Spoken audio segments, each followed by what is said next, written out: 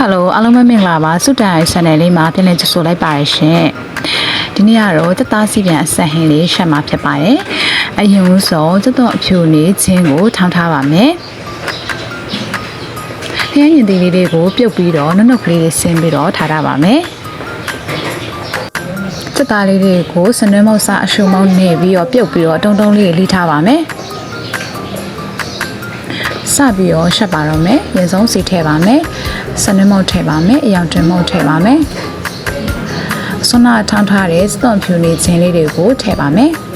ထည့်ပြီးတော့မှွေလိုက်ပါမယ်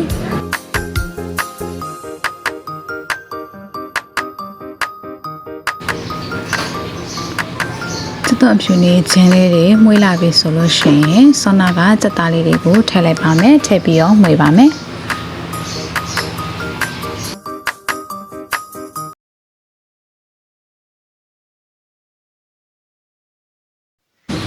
အပြားရည်လေးနည်းနည်းထည့်လိုက်ပါမယ်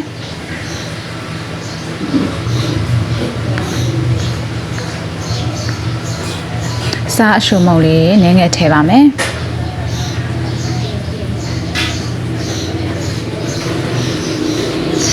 ပြီးလို့ရှိရင်ဆောနာကနှုတ်စင်တာခင်းရင်တီလေးတွေကိုထည့်လိုက်ပါမယ်ထည့်ပြီးတော့တမအောင်မှွေထားပါမယ်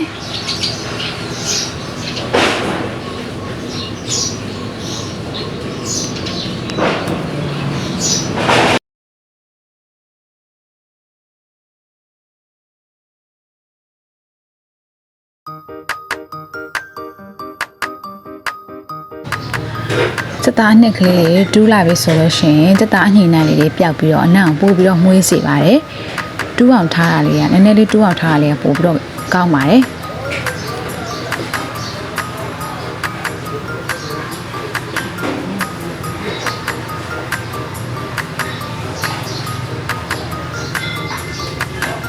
ရှည်ငယ်ငယ်ထည့်လိုက်ပါမယ်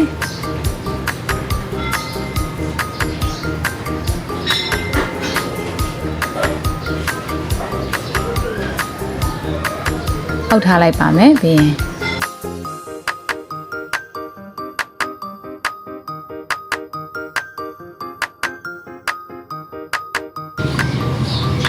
ပွက်လာလို့ရှင်စပန်လေးထည့်လိုက်ပါမယ်ပို့ပြီးတော့မှွေသွားခဏပြန်အုပ်ထားပါမယ်အနံလေးကမှွေပြီးတော့မှရုပ်သီးမုတ်လေးထည့်ပါမယ်မှွေပါမယ်လိုတလောက်ထည့်လို့ရပါတယ်အဆက်ကြရင်ပို့ပြီးတော့ထည့်လို့ရပါတယ်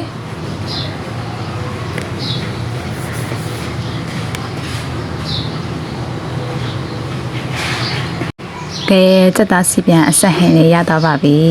ဆိုတော့စက်သားရိုးရိုးရှက်မကြိုက်ဘူးလိုမျိုးစီပြန်ဟင်းလေးရှက်မှကြိုက်တာ